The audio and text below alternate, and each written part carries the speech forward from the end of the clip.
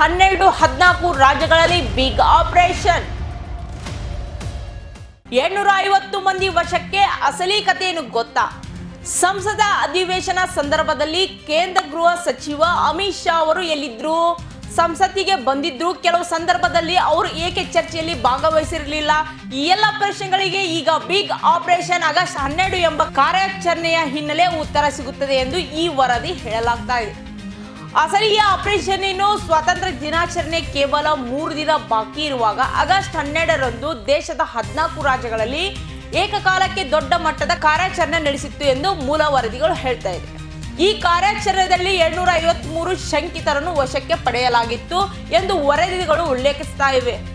ಈ ಜಾಲದ ಹಿಂದೆ ಶಹಜಾದ್ ಭಟ್ಟಿ ಎಂಬ ವ್ಯಕ್ತಿ ನೆಟ್ವರ್ಕ್ ಇದೆ ಎಂದು ತನಿಖಾ ಸಂಸ್ಥೆಗಳು ವರದಿ ಹೇಳ್ತಾ ಇದೆ. ಸಾಮಾಜಿಕ ಜಾಲತಾಣಗಳಲ್ಲಿ ಮೂಲ ಯುವಕರನ್ನು ಸಂಪರ್ಕಿಸಿ ಹಣದ ಆಸೆಗಳನ್ನು ನೀಡಿ ನಂತರ ಅವರನ್ನು ಪ್ರಚೋದನಾತ್ಮಕ ಚಟುವಟಿಕೆಗಳಿಗೆ ಬಳಸಿಕೊಳ್ಳಲಾಗುತ್ತಿತ್ತು ಎಂಬ ಆರೋಪ ಕೂಡ ಇದೆ.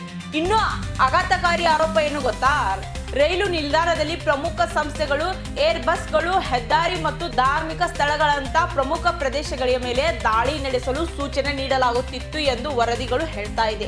ಇದಕ್ಕಿಂತ ಗಂಭೀರವಾದ ವಿಚಾರವೇನೆಂದ್ರೆ, ಕೆಲವು ಪ್ರದೇಶಗಳಲ್ಲಿ ಅಳವಡಿಸಲಾಗಿದ್ದ ಇಂಟರ್ನೆಟ್ ಆಧಾರಿತ ಕ್ಯಾಮೆರಾಗಳ ದೃಶ್ಯವನ್ನು ಪಾಕಿಸ್ತಾನದಲ್ಲಿರುವ ಹ್ಯಾಂಕರ್ಗಳಿಗೆ ತಲುಪಿಸುತ್ತಿದ್ದವು ಎಂದು ಅನುಮಾನ ತನಿಖಾ ಸಂಸ್ಥೆಗಳಿಗೆ ಬಂದಿತ್ತು. ಅಷ್ಟೇ ಅಲ್ಲದೆ ಡ್ರೋನ್ಗಳ ಮೂಲಕ ಶಸ್ತ್ರಾಸ್ತ್ರಗಳನ್ನು ಭಾರತ ಗಡಿಯೊಳಗೆ ತಂದು ಸ್ಥಳೀಯ ಆಪರೇಟರ್ಗಳಿಗೆ ನೀಡಲಾಗ್ತಿತ್ತು ಎಂಬ ಆರೋಪ ಕೂಡ ವರದಿಯಲ್ಲಿದೆ.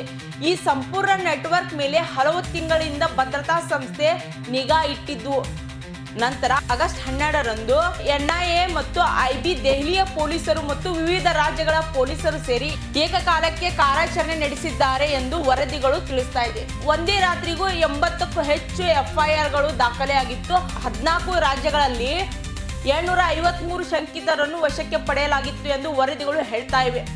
ಉತ್ತರ ಪ್ರದೇಶ, ಹರಿಯಾಣ, ದೆಹಲಿ, ಪಂಜಾಬ್, ರಾಜಸ್ಥಾನ ಸೇರಿದಂತೆ ಹಲವು ರಾಜ್ಯಗಳಲ್ಲಿ ಕಾರ್ಯಾಚರಣೆ ನಡೆಸಲಾಗಿತ್ತು. ಈ ಕಾರ್ಯಾಚರಣೆಯ ಹಿಂದೆ ಕೇಂದ್ರ ಗೃಹ ಸಚಿವ ಮಾರ್ಗದರ್ಶನ ಮತ್ತು ಹಲವು ಭದ್ರತಾ ಸಂಸ್ಥೆಗಳು ಕೂಡ ಇದಕ್ಕೆ ಜೊತೆಯಾಗಿದ್ವು ಎಂದು ವರದಿ ಕೂಡ ಹೇಳ್ತಾ ಇದೆ. ಆದ್ರೆ ಇಲ್ಲಿ ಒಂದು ದೊಡ್ಡ ಪ್ರಶ್ನೆ ಏನು ಗೊತ್ತಾ? ಇಷ್ಟೊಂದು ದೊಡ್ಡ ಜಾಲ 14 ರಾಜ್ಯಗಳಲ್ಲಿ ಹರಡಿದ್ದರೆ ಭದ್ರತಾ ಸಂಸ್ಥೆಗಳು ಇದರ ಸುಳಿವು ಸಿಕ್ಕಿಲ್ಲ ಹೇಗೆ?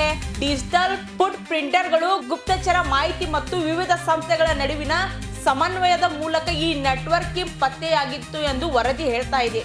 ಈ ಕಾರ್ಯಾಚರಣೆಯ ಬಗ್ಗೆ ಮತ್ತೊಂದು ರಾಜಕೀಯ ಚರ್ಚೆಗೆ ಶುರುವಾಗ್ತಾ ಇದೆ. ಸಂಸತ್ ಅಧಿವೇಶನ ಸಂದರ್ಭದಲ್ಲಿ ಅಮಿತ್ ಶಾ ಅವರು ವಿರೋಧ ಪಕ್ಷಗಳಿಗೆ ನಿರಂತರವಾಗಿ ಟಾರ್ಗೆಟ್ ಮಾಡ್ತಾ ಇದ್ರು.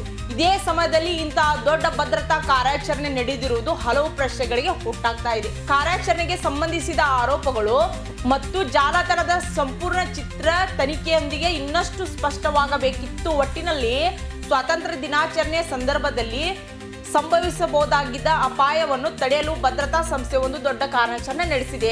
750 ಮಂದಿ ವಶಕ್ಕೆ, 14 ರಾಜ್ಯಗಳ ಕಾರ್ಯಾಚರಣೆ, 80ಕ್ಕೂ ಹೆಚ್ಚು FIRಗಳು. ಈ ಎಲ್ಲದರ ಹಿಂದಿನ ಸಂಪೂರ್ಣ ಸತ್ಯ ತನಿಖೆ ಹೊರಬರಬೇಕಾಗಿದೆ.